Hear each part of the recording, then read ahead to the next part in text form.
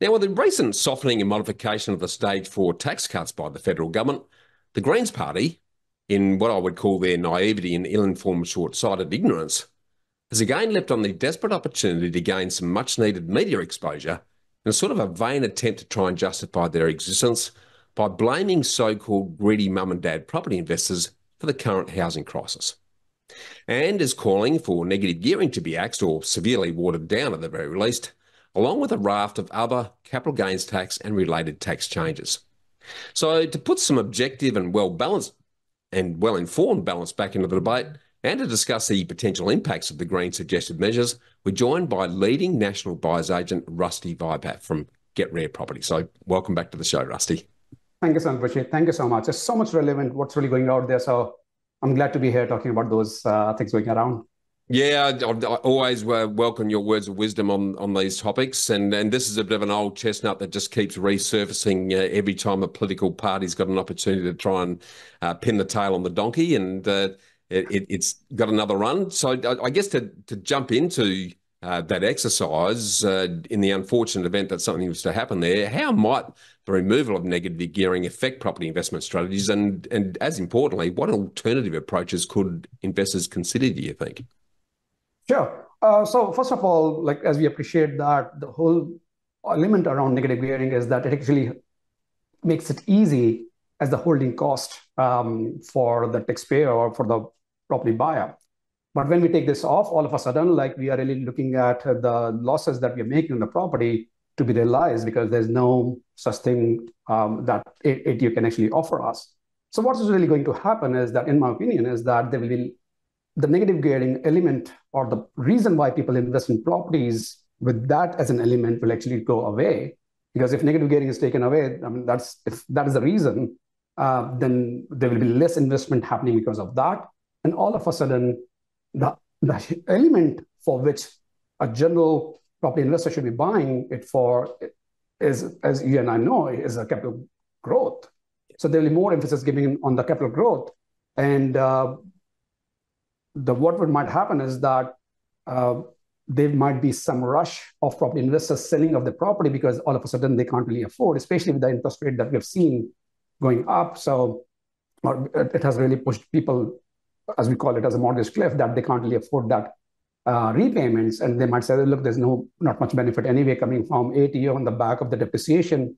So what might happen is that the reason negative gearing is so much in favor and the type of properties which are going around it, for example, new developments, new constructions, because it's very easy for the developers to sell a new property to the investors because they are certainly saying all this kind of a builder's warranty and whatnot. And then on top of it, yes, you're losing money because you are actually able to offset your tax losses. But if we take that off, all of a sudden, there might not be much demand for the new constructions, relatively speaking.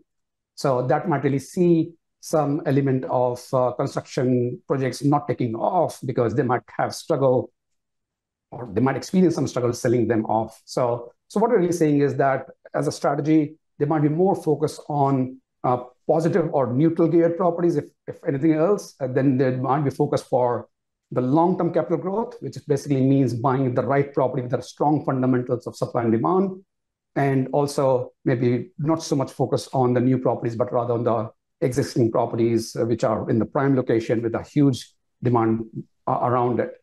What we've really seen is that if you look at the surveys from property investment professionals of Australia, as in PIPA, it is indicating that it will be about 10 or 20% of investors might exit the market because of this change happening. And there'll be reduction of the demand by 12 to 15% as per Grattan Institute reports. Yeah, I think that's very well summed up, because I think what some of the current and younger politicians are forgetting is that, sadly or otherwise, I'm old and crusty enough to remember when the current version of negative gearing and CGT was brought in. And one of the key reasons for implementing it was, one, the governments had got out of providing housing, so they needed to incentivise mum and dads to invest in property, not only to provide the ongoing supply, which they now pretty much carry the the heavy load on. But also it was a means of actually incentivising you and I to invest in our future. Because in addition to superannuation, as you and I know, property is a very strong vehicle to actually build that nest egg quite effectively. And that capital gains tax exemption means that people are putting more in their pocket. And then as a result, relying less on the government purse to fund pensions and other social services. So like everything, you've got to look beyond the immediate exercise to look at the ripple effects that flow on from that. But just sort of rolling into that then, what are your thoughts on the projected impacts on housing affordability and the rental market if negative gearing was actually eliminated? No, great question. So look, I'm a firm believer that when market is left by itself, the demand and supply are the key factors that will really define everything around it. And whenever and wherever they interject, that will define the price point, whether it is for the purchase price or even for the rental. Now, if we really take a pause on negative gearing, and what we are really talking about is that there will be lots of people exiting out of it, a substantial number as a marginally if you think about it. And as to your point, like if there's not much incentive for moms and dads or regular investors not to enter in the market, what might happen is that there is the onus of building new properties would really go back to the government. Yes. And like I, as an investor, always have felt that we are kind of doing a social or government thing here to provide our elementary services of providing a housing. And if we take that away for, I guess, removing that incentive, that removes that propensity of doing so. So effectively, the reference is that there will be less properties built as a new developments because that was one of the reasons that they were able to sell. If there are less developments happening and people not able to, I guess, invest into them, all of a sudden there's less rental properties out there. And the demand that we see that there are more people coming in. As an example, what we saw was 480,000 people coming in. Now, they're not really coming from the social, as an average demographic they come from. They're not really going to buy a property within the first month. So they have to start as a tenant. Yeah. And all of a sudden, like at least it takes about 2 to 3 years for them to be ready to buy something on their own. So that means they're starting as a tenant. Now, even for a regular population here, rental is their way of doing things because A, they might not be able to afford a property, or they're probably doing rent investing, as in living where they can afford to live and they're investing where they can afford to invest. So all of a sudden, there will be the change in the dynamics around that. Less properties in the market means, I mean, when the supply is less, the demand is huge, the rent will go up. We are really talking about 10 to 15% rental increase from that element alone, just looking at the rental as in the properties decreased by that amount. So it might seem that it is making it affordable, which probably might be the case for the initial period when there will be a lot of people, regular investors who are trying to offload properties because it's not really making any sense anymore. And the construction which is really happening will still complete. So we might see some decrease in the pricing, so actually making it more of an affordable thing. But when it comes to the medium to long term, I think it really goes back to the same thing. The pricing will go up again because the demand is still huge there, and we curtail the supply. The price will go up. Same thing with the rental market. So it might be, to your point, it is not really for the economics as a taxpayer, as a policy that will change everything in the long term. And if you really go back to the point that you made, like initially in the Hawke government experience, they tried to temporarily seize this negative gearing and capital gain tax, exactly what we are trying to do here, as the Greens are trying to do here. We saw that there was actually increase in rental market in Sydney and Perth. It was actually stable in Melbourne and Brisbane, and actually it fell down in Adelaide. Yeah. Now, what it tells us is that it's not about the policy alone. It's about the fundamental supply and demand that will have a bigger play. And if government is listening, Greens are listening to this or looking at this, they really should be looking at the fundamental supply and demand. If at all we need to be making housing affordable, let's talk about policies around making bigger supply in the market. Absolutely agree. Yeah. Now, turning to the other element of that, and that's the longer-term capital gains that we touched on earlier. In what ways do you think the changes to CGT might influence investor behaviour, particularly in terms of holding periods for property investments then, Rusty? No, totally. So look, the capital gain tax, as we know, if you hold the property for more than a year, we get a 50% capital gain tax exemption. And if you take that away, all of a sudden people might not really have that propensity to sell it immediately. So they might really see the transaction cost. I guess for the same transaction might go up. So it would actually lead them to hold the property for longer.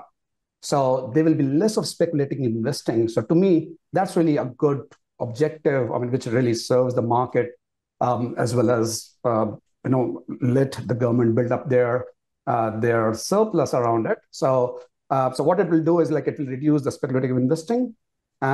People would be thinking about longer holdings. That means they are really thinking a bit more long term, because property should be considered for the long term.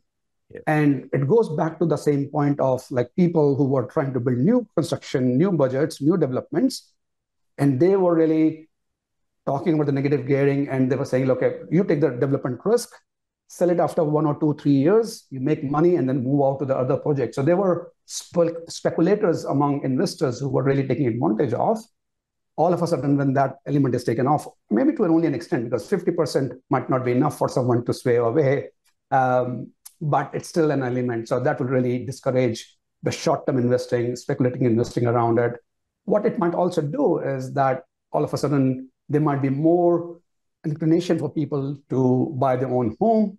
That might be a factor building up. And then also, there would be more investing under self-managed super fund in properties, because that's where the tax regime is a lot more favorable for property investors.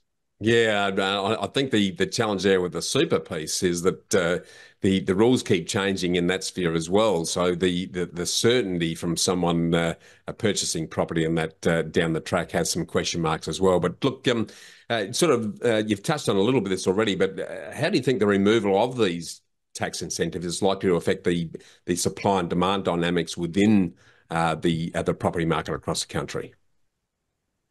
So talking about the supply element for when we take the capital gain tax away? Yeah, so if the negative gearing and CGT were taken away, what effect would that have on the supply and demand dynamics across the board? Yeah, no. So what would happen, in my opinion, is that there will be a development slowdown, because new developments favor negative gearing as well as speculative investing. So that will be discouraged. So I would think that would have a slowdown on that. There would be increase of first home buyer, because now they are actually having trouble to find rental properties, and they are really thinking about getting a roof on their head. So there might be some increase over there, because they're not really rent investing anymore. They might really say that, okay, let me find my own home, and there will be suddenly some affordability increase in a beginning years when the transition is happening, because people might be offloading their properties and the construction might still finish of the projects that they have started. So there might be some increase of the properties. That means that there might be some drop in the pricing of the properties, effectively saying that there might be some increased affordability just in the short-term period, but then it will go back to its normal. What we say in economics is the hand of God will come in and will balance out the supply and demand accordingly. So I've always believed that when there is always some sort of incentive given to one or the other, it tends to sway the market, and not an equilibrium. But again, when the market is so much used to that equilibrium, if you take that away, then all of a sudden it will take some time to get back to its equilibrium level. And I would think it will be actually not so good in the long run. To your point, unless government does something on the policies, it should let the mom and dad investors to really supply the need of housing to average Australian. Yeah, very well said. And what's obvious is that and this is the danger really, there might be some apparent short-term gain but the long-term pain that's going to fly out of squeezing supply, which is effectively what that's going to do, could have even worse effects than what the politicians are trying to fix. So to sort of bring it all to a head then, what could be the sort of broader economic consequences of changing these property tax policies, Rusty, and how might they impact on government revenues and public services? So what we're really reading is that the Treasury is expecting it to be about $3 billion that they will collect over the next 4 years. But at the same time, the GDP around construction will go down, because when the construction goes down, they might not really get that. So about 1 or 2% potential negative impact on because of the sector slowdown. But what on the favor, what really will go or might happen is that there will be less volatility in the market, because when we take away the volatile element or elements volatile segment of property investing, we take that away, which is the new construction, because we do not know what happens after new build, whether the price goes up or down, versus a property in a well-established area which grows in a systematic, consistent growth. So when the volatility takes away, which will be good for market in general, like financial stability will be there. But at the same time, I would argue that there will be economic there's a risk of economic slowdown during the transition when this happens and the new equilibrium is effectively found by the market. Yeah, no, very well said. Well, look, I want to thank you for taking the time to share these sort of very sage thoughts on what I consider to be the naivety and quite short-sighted impacts and unforeseen consequences of the Greens tax change calls, which are extremely unlikely to actually get any serious attention and consideration for those who really understand what's going on, given Australia's very heavy reliance on property values to underpin national wealth, alongside the fact that mum and dad and property investors are and will continue to be the major provider of housing stock. So any changes would potentially only make things worse rather than better long term. So we encourage anyone wanting to explore property investment strategy options further to reach out to you, Rusty, at getrare.com.au. So thanks again for your valuable time on the show today. Thank you so much for having me, Bushy. Really appreciate it.